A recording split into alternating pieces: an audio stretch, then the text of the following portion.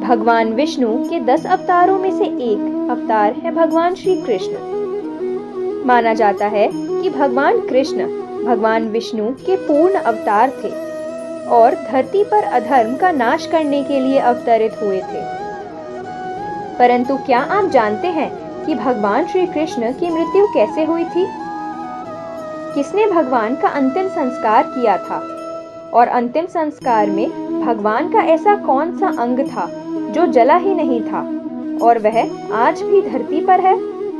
इन सभी प्रश्नों के उत्तर जानने के लिए बने रहे वीडियो के अंत तक। भगवान श्री कृष्ण जिन्होंने बिना हथियार उठाए महाभारत युद्ध का परिणाम पांडवों के पक्ष में कर दिया था, जिन्होंने कुरुक्षेत्र भूमि में अर्जुन को भगवत गीता का उपदेश दिया, जिसे कलयुग में पढ़ने मात्र से मनुष्य का उद्धार संभव है।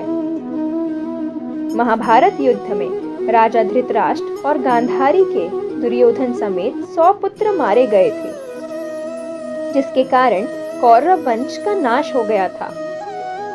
युद्ध की समाप्ति के बाद गांधारी अपने 100 पुत्रों के शवों को देखकर विलाप करने लगी।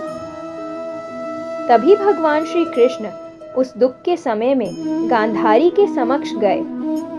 गांधारी श्री कृष्ण को देखकर बहुत क्रोधित हो गई, बोली कि मेरे पुत्रों की मृत्यु का कारण तुम हो वासुदेव। अगर तुम चाहते तो यह युद्ध टल सकता था, किंतु तुमने ऐसा नहीं किया। तुम्हारे इस कर्म के लिए मैं तुम्हें कभी क्षमा नहीं कर पाऊंगी। इसके साथ ही गांधारी ने श्री कृष्ण को श्राप दिया कि अगर मैंने भगवान विष्णु की मन से आराधना की है और अपना पति धर्म पूर्ण रूप से निभाया है, तो जैसे मेरे वंश का आपस में लड़कर नाश हुआ है, उसी प्रकार तुम्हारे वंश का नाश भी आपस में लड़ते लड़ते होगा और द्वारिका नगरी तुम्हारे सामने समुद्र में डूब जाएगी।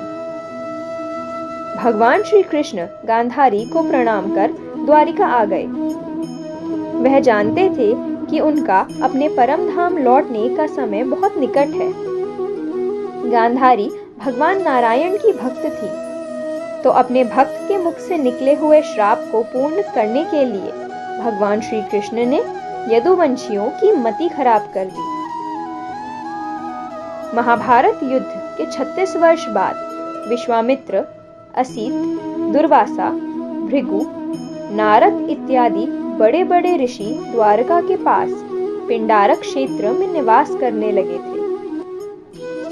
एक दिन कुछ उद्दंड यदुवंशी कुमार उनके पास खेल खेल में गए। वह श्री कृष्ण के पुत्र साम को एक गर्भवती स्त्री के रूप में सजाकर उन ऋषियों के पास ले गए और कहने लगे, हे ऋषिगण, आप सभी का ज्ञान अमोघ है। कृपया आप बताने का कष्ट करें कि यह गर्भवती स्त्री पुत्र को जन्म देने वाली है या पुत्री को।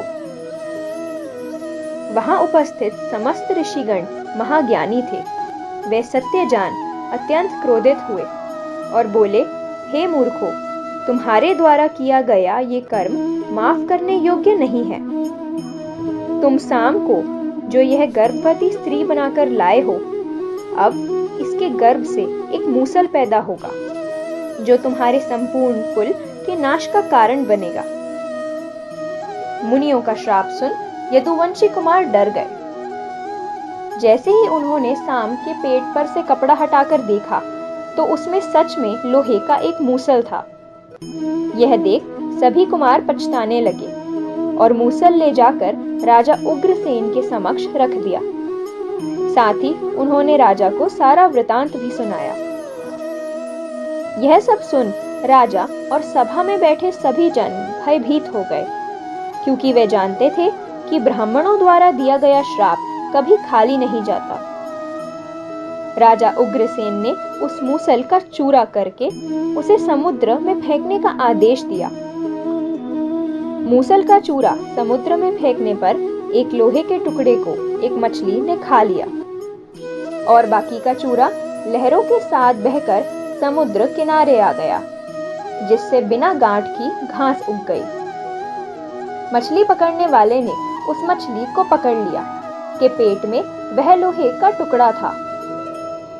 जरा नामक बहेलिये को जब वो लोहे का टुकड़ा मिला तो उसने उसे अपने तीर के आगे लगा दिया। उधर भगवान श्री कृष्ण ने यदुवंशियों के नाश करने हेतु उनकी बुद्धि हर ली और सभी यदुवंशियों ने मेरक नामक मदिरा का सेवन कर लिया, जिससे उनकी बुद्धि भ्रष्ट हो गई और वे सब आपस में ही लड़ने लगे। लड़ाई ने कब युद्ध का रूप ले लिया पता ही नहीं चला। यदुवंशी एक दूसरे को मारने लगे।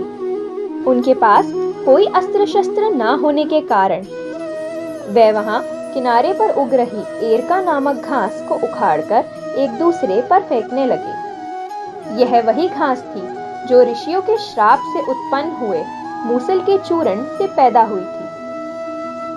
यदुवंशियों के हाथ में आते ही वो घास वज्र के समान कठोर मुद्गलों के रूप में आ गई। यदुवंशियों ने उसी घास से एक दूसरे का संहार कर दिया। यह देख बलराम जी ने समुद्र तट पर परमात्मा चिंतन करते हुए अपने मनुष्य शरीर का परित्याग कर दिया। यदुवंशियों का विनाश और बलराम जी के पदम पद में लीन हो जाने के पश्चात भगवान श्री कृष्ण अपने चतुर्भुज रूप में पीपल के पेड़ के नीचे विश्राम कर रहे थे। उस समय भगवान ने अपने दाहिनी जांघ पर बायां पैर रखा हुआ था। प्रभु के पैर का तलवा कमल के समान चमक रहा था। जब जरा नामक बहेलिये ने उस चमक को देखा तो उसने उसे हिरण की आंख समझा और अपना बाण चला दिया। यह वही बाण था जिसके आगे मूसल का बचा हुआ लोहे का टुकड़ा लगा था। यह बाण सीधा भगवान श्री कृष्ण के पैर में जा लगा। जब जरा ने यह देखा कि उसका तीर तो चतुर्भुजी भगवान श्री कृष्ण के पैरों में लगा है तो वो विलाप करने लगा और भगवान से बोला, हे प्रभु, मैं बहुत बड़ा पापी हूँ। मैं निरपराध हिरणों को मारने वाला दुष्ट हूँ। कृपया आप अपने हाथों से मेरा अंत कर दीजिए ताकि मैं कभी भी किसी की भी जान ना ले पाऊं। यह कहकर वो बहुत रोने लगा। भगवान श्री कृष्ण जरा से बोले कि तुम तनिक भी वियोग मत करो, इसमें तुम्हारा कोई दोष नहीं है। ये तो नियति थी। त्रेता युग में तुम बाली थे। मैंने राम अवतार में तुम्हें धोखे से बाण मारा था, इसलिए इस जन्म में तुम्हारा बाण मुझे धोखे से लगा।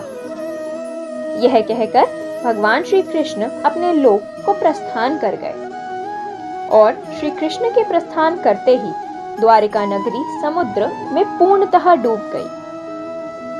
कहा जाता है कि उसके बाद भगवान श्री कृष्ण का अंतिम संस्कार पांडवों के द्वारा किया गया था। तब उनका सारा शरीर जल गया था, किंतु उनका हृदय नहीं जला था।